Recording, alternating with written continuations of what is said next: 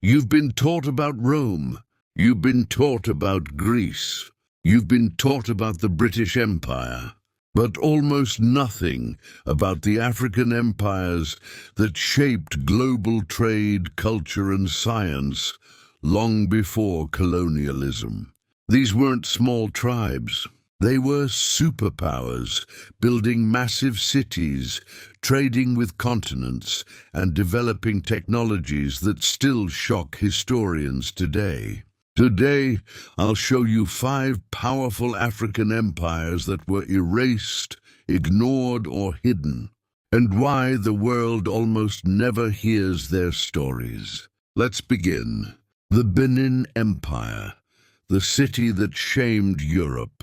The Benin Empire, in present-day Nigeria, began in the 11th century and grew into one of Africa's most sophisticated kingdoms.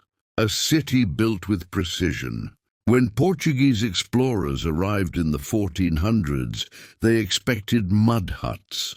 Instead, they found broad streets paved and neatly divided. A palace complex the size of several football fields. Districts mapped with stunning organization.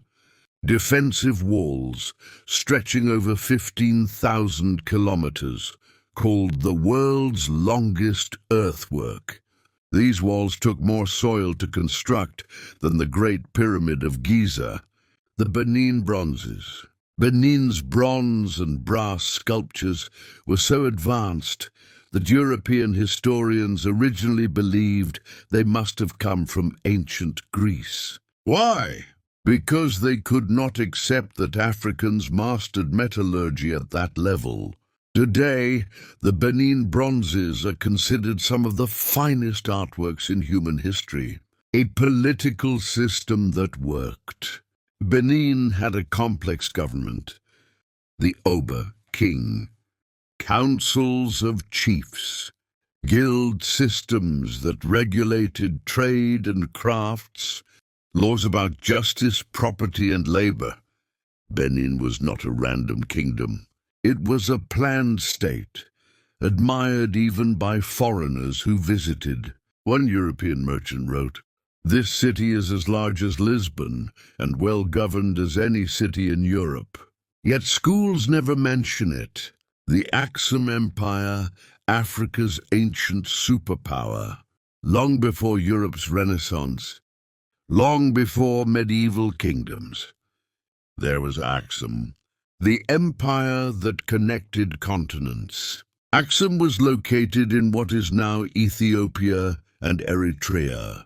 By the 1st century AD, it controlled the entire Red Sea coast. That meant one thing: Aksum dominated global trade. Ships from Rome, India, Arabia, Persia, Egypt, all passed through Aksum's territory. Written language and coins. Aksum created its own written script, Ge'ez, still used today. It minted its own currency, gold, silver, and bronze, which circulated across the Mediterranean and Indian Ocean. Very few civilizations had that kind of economic power. Architecture that defied logic. Aksum's famous stone obelisks, some over 30 meters tall, were carved from single pieces of granite. No cranes, no modern machines, just engineering brilliance. These structures still stand today. A global reputation. Greek and Roman writers listed Aksum as one of the 4 great powers of the ancient world, alongside Rome, China, and Persia. Yet it barely appears in world history books. Great Zimbabwe, the city of stone.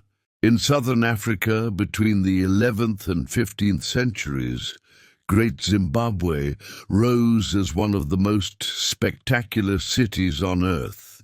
A city built without mortar. The most shocking part? All the massive stone walls, some stretching 250 meters, were built without any cement or mortar. Stones were cut and interlocked with precision so perfect that many walls still stand today.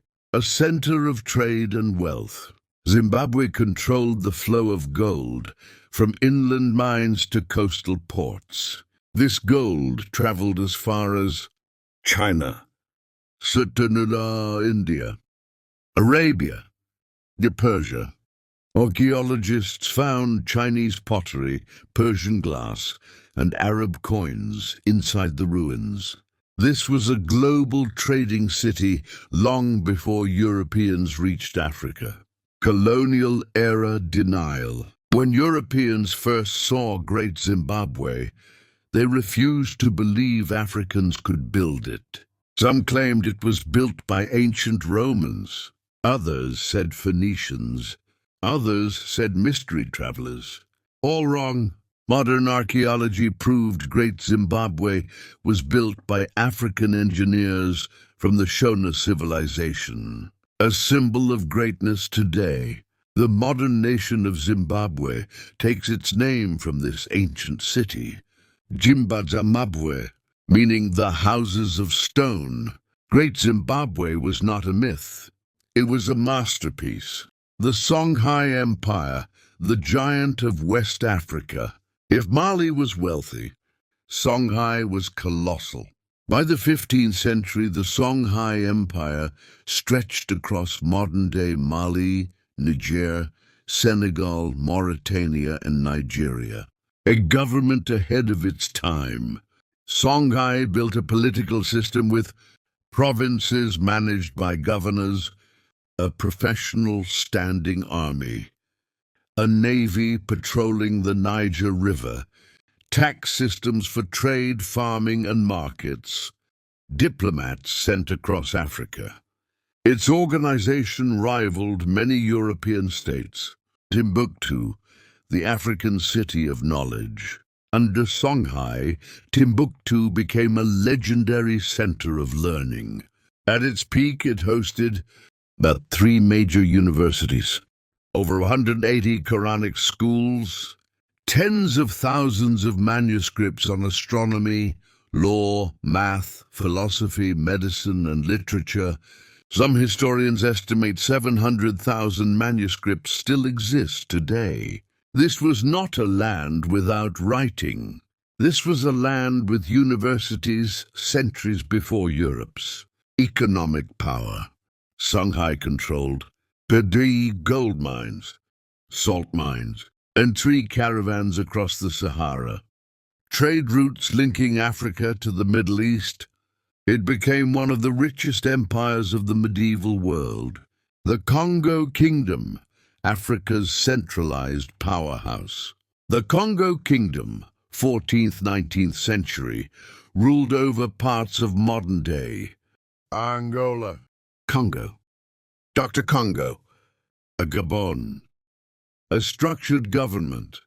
Congo had a capital city, Mbanza Congo, a king, the Manikongo, provincial governors, Adun, a court system, tax administrators, a census-like population system. This was a bureaucratic state, organized, documented, and centralized. Urban sophistication. Visitors described Mbanza Congo as a vast, organized city, with markets, administrative buildings, and a well-structured ruling elite. A global diplomatic force. Congo established diplomatic relations with Portugal, Spain, the Vatican. Its leaders wrote letters, negotiated trade, and managed foreign affairs with surprising sophistication. A blended culture. Congo integrated Christianity, African spirituality, and local customs into a unique hybrid culture that still survives today. This empire wasn't isolated. It was connected to the world. These 5 empires, Benin, Aksum, Great Zimbabwe, Songhai, and Congo, prove one thing. Africa was never a continent without history. It was never a land without civilization. It was never waiting to be discovered. Africa shaped the world. And now, you're discovering the stories that were never taught.